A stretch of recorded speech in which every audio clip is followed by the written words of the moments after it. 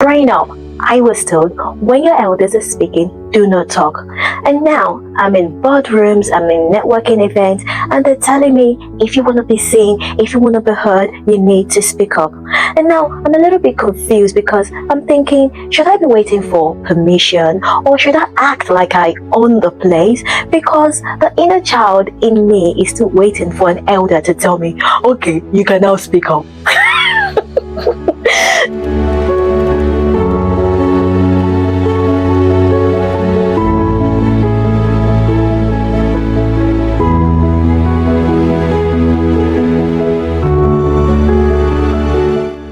Hello, my queens. Welcome to another show and welcome to my channel. I'm Titilayo. I'm a health and wellness coach, and I support, I empower, and inspire my African and Asian women to unlock the best version of themselves through healthy living and wellness.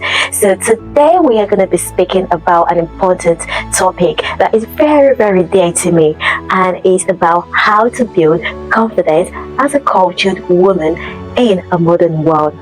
And the number one killer that I have noticed is the fear of being different. My queens, there are so many cultured women that fear being different. And the more you continue to act like this, you are suppressing your identity. You are suppressing the essence of who you truly are. A lot of us have this belief that if we look and act different, that we will stand out. And when we stand out, we fear that we're going to be stared at. And this is one big problem. Now, before I go to the big problem of being stared at, actually, a lot of us, we don't like to wear our traditional attire out in public, like on your normal day-to-day activities. You would only wear them maybe when you're going for a cultural event, or maybe just at home. You don't feel comfortable doing that. Some don't even feel comfortable speaking the language because they don't want to be stared at because they're speaking a different language opposed to speaking English. Some don't even like taking their food to work because they feel, oh, there's a strong aroma about their food, and that strong aroma is actually very interesting, nutritious, and very tantalizing. So why are you afraid of being standing out? Now we're going to look at the stigma that's been indoctrinated to us right from a very young age. So a lot of us have this stigma, especially when we were growing up. I don't know if you remember, did your parents ever tell you, oh, stop staring, it's not good to stare? Like, if you remember that, I think that stigma has been ingrained in us, that we feel that when we stare at someone, it's bad, or when someone is staring at us, it's bad. And for that reason, a lot of us just feel like, I don't want to be stared at. And when sometimes you're being stared at, some women or some people just want to disappear, or they feel angry that they just want to go and stop the starer, to stop staring at them. Are you someone like that? Now, the best way you can address that situation is to smile back at the starer. Let them know that you acknowledge them staring at them, okay? And most of the time, they're just curious. They want to know more about you. You know, they love and admire the way you dress, the way you look, the way you talk. They want to know more about your food, my darlings. So when someone is staring at you, don't take it as an offense, take it as a compliment. Reach out and educate people around them. The more you begin to do that, that actually builds your confidence. The second killer of us building self-confidence as a cultured woman is that we do not know how to set boundaries without feeling guilty. A lot of us cultured women, we feel we should be available all the time, especially to our family, our friends. We feel like we should help them do whatever they want, and then we always, most of the time, forget our own needs, forget what we actually want for our lives. My queens, setting boundaries is very essential to your health and well-being. So I want you to take this aspect seriously. There are loads of strategies you can use to set boundaries, and the strategies that I use to set boundaries are, firstly, you communicate openly with your colleagues, with your friends, with your family. Let them know your needs and wants and what you would like to do for yourself as a person. And let them know when you're working, you're working. When you are treating yourself, you are treating yourself. When you're having alone time, you want to be alone. You don't want disturbance. Okay? Another way to set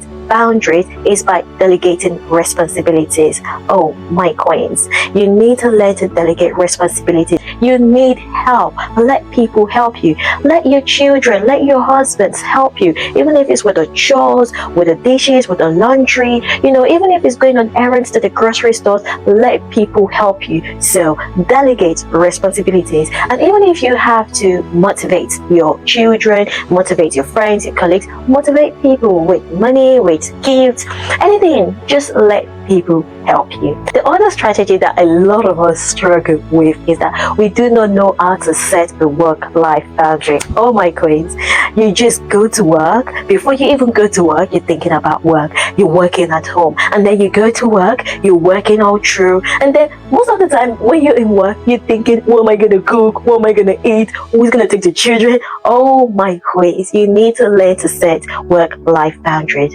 When you are at work, set that time for work. Do focused work.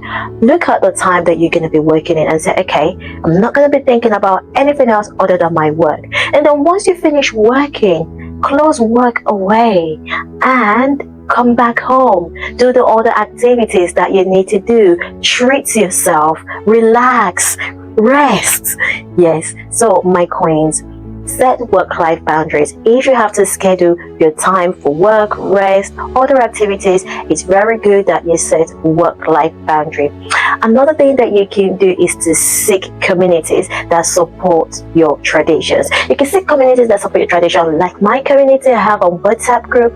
If you would like to join, please click the link in the bio to join. Now, the big question is, how do we blend tradition with modern culture to build confidence? Now, my queens, this is very easy. And the good news is, you don't have to choose one after the other. You don't have to keep switching from being a traditional person to being a modern person. You can infuse the two together. Just take a look at our forefathers. Look at the way they carried themselves with pride, with strength and dignity. They didn't need to seek validation from others because they knew who they were. They had unwavering independence. They spoke their language. They were so confident in themselves. They wore their attire with dignity and they upheld their values unapologetically. My queen, you too can tap into that inner belief, inner strength, and having that self-assurance that you are worthy by embracing the essence of who you are, by embracing your traditions, by embracing your roots. You are also building confidence and nurturing the essence of who you truly are. Another way you can blend tradition into the modern culture to build your confidence is to infuse your tradition into your day-to-day activities through your foods, whether it's through your language, whether it's through your fashion. There's so many easy ways. In fact, infusing your tradition into your modern life has been so easy these days because everything is being modernized. So it's so easy for you to express the essence of who you truly are. So, my queens, being a cultured woman is not a limitation. It's actually a superpower as long as you own it with confidence. So remember, my queens, your roots do not make you ancient. Your roots do not make you outdated, but your root makes you grounded and powerful. Until next time, subscribe if you haven't subscribed, and I'll see you in the next video. Bye bye.